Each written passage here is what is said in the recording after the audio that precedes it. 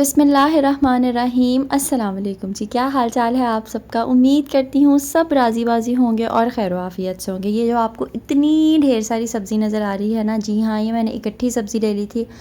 अल्लाह खैर करे, खैर आफ़ियत का वक्त लेकर आया। ईद उल अज़हा आने वाली है तो हमने सोचा कि बड़ी ईद आने वाली है, उसके आने से पहले ही ना थोड़ा सा हम अपना सब्ज़ियों वाला स्टॉक जो सा है रख लें, क्योंकि सब्ज़ियाँ बाद में इतनी को महंगी हो जाती हैं कि बंदा कहता है हाय अल्लाह काश मैं पहले ही लेके रख लेता।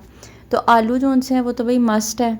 आलू जोन से हैं वो 80 रुपए किलो मिले थे, तो ये मैंने 1.5 किलो आलू ले लिए थे। और प्याज पहले ही ऑलरेडी पड़ा हुआ था। प्याज इस दफ़ा सरप्राइजिंगली बहुत महंगा नहीं हुआ, नहीं तो हमेशा छीली ला लेते हैं जब बड़ी ईद आने वाली होती है ना, उनको पता होता है प्याज टमाटर अदरक लहसुन मेन इंग्रेडिएंट्स हैं। तो ये 2 किलो मैंने प्याज दिया था, 2.5 किलो और 1.5 किलो मैंने आलू ले लिए थे। 80 रुपए के हिसाब से आलू मिले थे और जो प्याज था वो मिला था 2.5 किलो 150 रुपए का।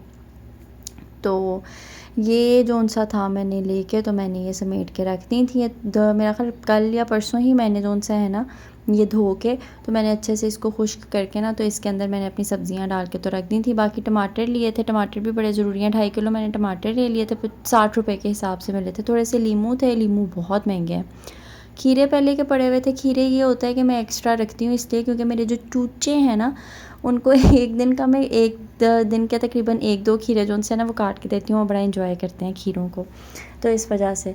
फिर उसके बाद फ्रिज जो सी है वो छोटी है। जब ईद वगैरह या इस तरह की कोई चीज़ होती है ना, या जब गर्मियाँ होती हैं तो बड़ा फ़ील होता है कि फ़्रिज छोटी है। आटा वगैरह और जितनी भी दालें शालें हैं वो फिर मैं फ़्रिज के डब्बे में घुसा देती हूँ, क्योंकि भाई गर्मी होती है तो ना कीड़ा लगने का बड़ा डर होता है। सब्ज़ मिर्चें, अम्बी और ये इस तरह की चीज़ें जो सी हैं वो मैंने ले ली थी। चटनी बनानी थी आज, और धनिया जो सा है वो मैंने थोड़ा सा काट के अच्छे से, तो मैंने कहा कि मैं अपने चूचों को जो सा है वो खाना दे दूँ।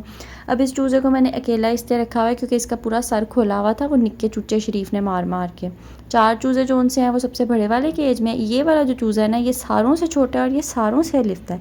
कहते हैं ना जिसका छोटा कद होता है वो सारों से ज़्यादा, उसने सबको आगे लगाया होता है, तो इसने सबको आगे लगाया होता है। इसके साथ मैंने वो ब्लैक वाले को बांधा था, तो अगले दिन मैंने देखा तो उसका ब्लड निकल रहा था।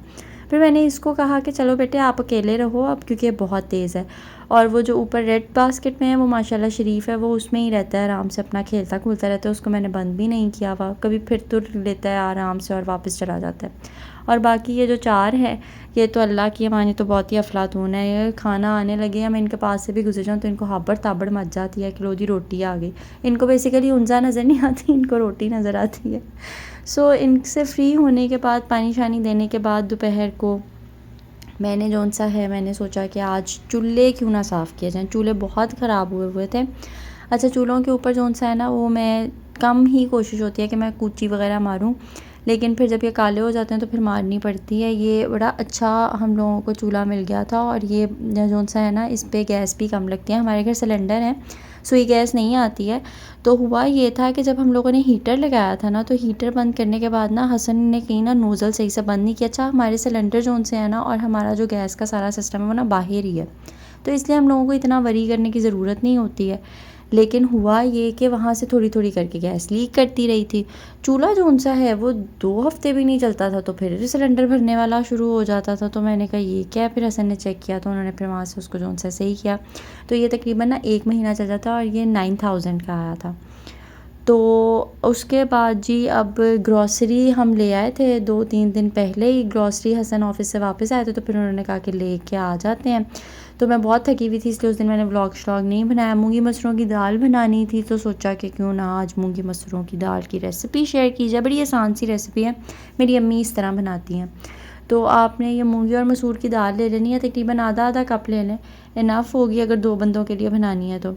और आपने अच्छे से इसको धो के तो इसके अंदर तकरीबन 1.5 गिलास पानी के शामिल करके 1 टीस्पून नमक का, 1 टीस्पून सुरख मिर्च का पाउडर, हाफ़ टी स्पून के करीब हल्दी, 1 टीस्पून आपने इसमें चिकन पाउडर शामिल कर देना है, और 2 से 3 छोटे छोटे दालचीनी के टुकड़े डाल के, और 1 टीस्पून अदरक का पेस्ट या पाउडर या कुछ भी डाल के वो आपने रख देना है इसको धीमी आंच पे पकने के लिए। फिर ये मैंने चटनी का सामान बनाया था और तड़के का सामान भी काट के रख लिया था। अभी चटनी की रेसिपी आगे आपके साथ शेयर करूँगी। अच्छा, दाल में पानी जो सा है ना ये खुश्क हो गया था तो मैंने फिर इसके अंदर डाल दिया। अच्छा, हाइम को ना मैं सुला के वीडियो वगैरह रिकॉर्ड करनी हो तो करती हूँ। जी क्या करना है, ईट करना है? वाटर वाटर दें, वाटर वाटर दो, वाटर।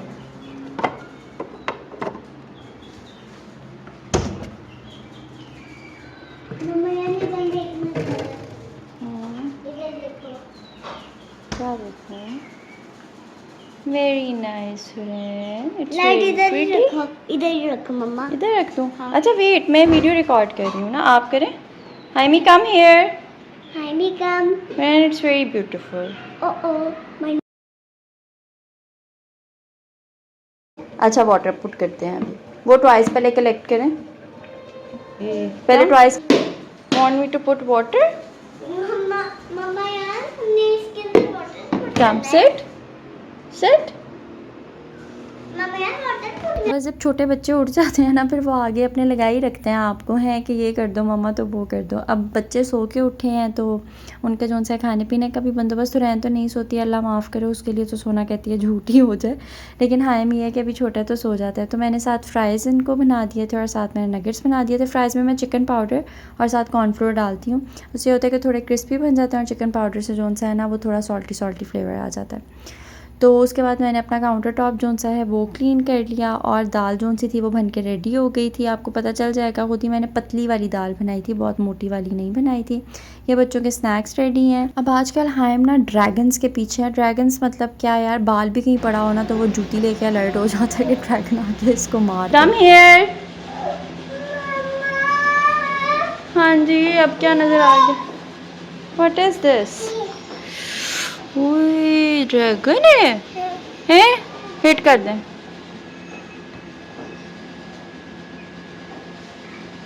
वही बाइट कर ली। Go to the room, finish your food. अपने बच्चों का बहुत तरला मिन्ता करने के बाद कि आपका स्नैक टाइम है, अपना आके स्नैक्स फिनिश कर लें। अच्छा उनको साथ टीवी ज़रूर लगा के देना पड़ता है। वो हुरैन और हाइम डायनासोर वाले कार्टून्स बड़े शौक से देखते हैं। बाहर मौसम बड़ा प्यारा प्यारा अच्छा हो रहा था। आजकल मौसम लाहौर का बड़ा मज़े का हुआ है और कूलर बड़ा ज़बरदस्त काम करता है, बिल्कुल ठंडी फीलिंग आती है। बच्चों को स्नैक्स वगैरह देने के बाद मैंने तड़का बना लिया। ये मैंने तड़का कोई बहुत स्पेशल नहीं बनाया था। इसके अंदर बस मैंने एक प्याज लिया था, उसके अंदर 4 से 5 लहसुन के जव्वे लिए थे और हाफ़ टी स्पून मैंने साबुत ज़ीरा लेके तो मैंने तड़का लगा दिया। उसके बाद चटनी बनाई थी मैंने कूंडी डंडे के अंदर। इसके अंदर मैंने एक कच्चा आम लिया था, छिलके उतार के वो बारीक बारीक काट के, एक प्याज, थोड़ा सा धनिया पुदीना, 3 लहसुन के जव्वे, 1 टमाटर, 2 से 3 सब्ज़ मोटी मिर्चें, हाफ़ टी स्पून नमक का, हाफ़ टी स्पून सूखे धनिया का पाउडर, थोड़ी सी दरा मिर्च, हाफ़ टी स्पून साबुत ज़ीरा और थोड़ा सा चाट मसाला। ये सब चीज़ें डाल के मैंने इसको ना कूंडी से कूट लिया थोड़ा सा और उसके बाद मैंने इसमें 2 टेबल स्पून के करीब अनारदाना शामिल कर दिया। इसको मैंने कूंडी से कूट लेना है। बाद में मुझे याद है दाल की गार्निशिंग रह गई थी, इसके अंदर आपने गार्निश कर लेना है सब्ज़ मिर्चें धनिया डाल के और लास्ट में आपने गरम मसाले का पाउडर। उसके बाद मेरी चटनी जो सी थी उसको मैंने अच्छी तरह से कूट के कुटापा चाड़ के तो वो भी मेरी रेडी हो गई थी। फिर मैंने तड़के वाले चावल बना लिए। तड़के वाले चावल कोई बहुत ज़्यादा स्पेशल रेसिपी नहीं है। आपने प्याज को गोल्डन ब्राउन करके उसके अंदर चिकन पाउडर और नमक शामिल कर देना और साबुत ज़ीरा, पानी डाल देना है, उबाल आ जाए चावल डाल देने हैं और चावल आपके पक गए तड़के वाले। तो ये दाल चावल की रेसिपी थी। उसके बाद मैंने अपना किचन जोन सा है वो समेटा।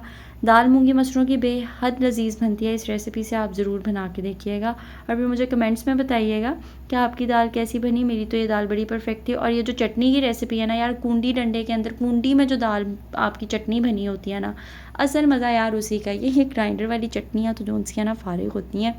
मेरे जोन से बाबा है ना, हसन के बाबा, मतलब मैं भी उनको बाबा जान ही कहती हूँ, उनको तो बेहद पसंद आई थी। उन्होंने तो कहा यार उनसे हर 2 दिन बाद ना हमें बना दिया करो। तो ये मस्ट रेसिपी है, आपने ज़रूर ट्राई करनी है। और फिर बाहर मौसम बहुत अच्छा हो गया था, हवा बड़ी ठंडी चल रही थी और मैंने बड़ा इन्जॉय किया। और ये थोड़ा छोटा सा व्लॉग था। और हम साहब जोन से हैं वो गाय देखने गए थे, अल्हम्दुलिल्लाह गाय भी ले ली है कुर्बानी के लिए।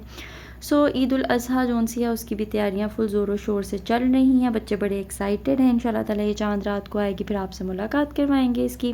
हुरैन, हनान और अरहम जोन से हैं वो इससे मिलने के लिए गए थे अपने दादा जान के साथ।